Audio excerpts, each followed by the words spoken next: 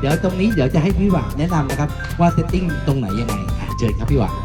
เอาเสียงตบมือให้พี่หวานนะครับขอบคุณครับลืมแนะนำนี่คือแอดมินเพจของตัวนี้ครับขับเชียงใหม่นะครับครับสวัสดีครับลองดูปลอดไหมนะGoProของเราอันนี้เป็นเลนอะไรวะ70-300Gครับใครพร้อมแล้วเดินตามมาเลยนะครับนะใครจะยืมเลยไปยืมเลยนะครับนะเดินตามเลยนะครับ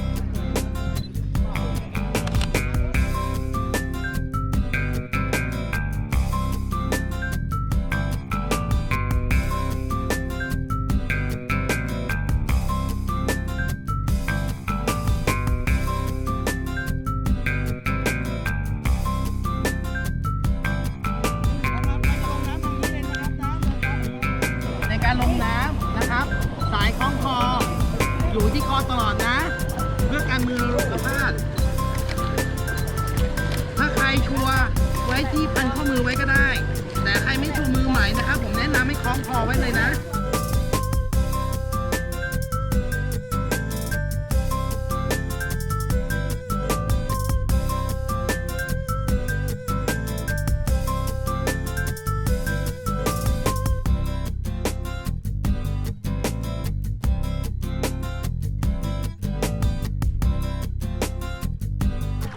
ใกล้ไหมวะลูก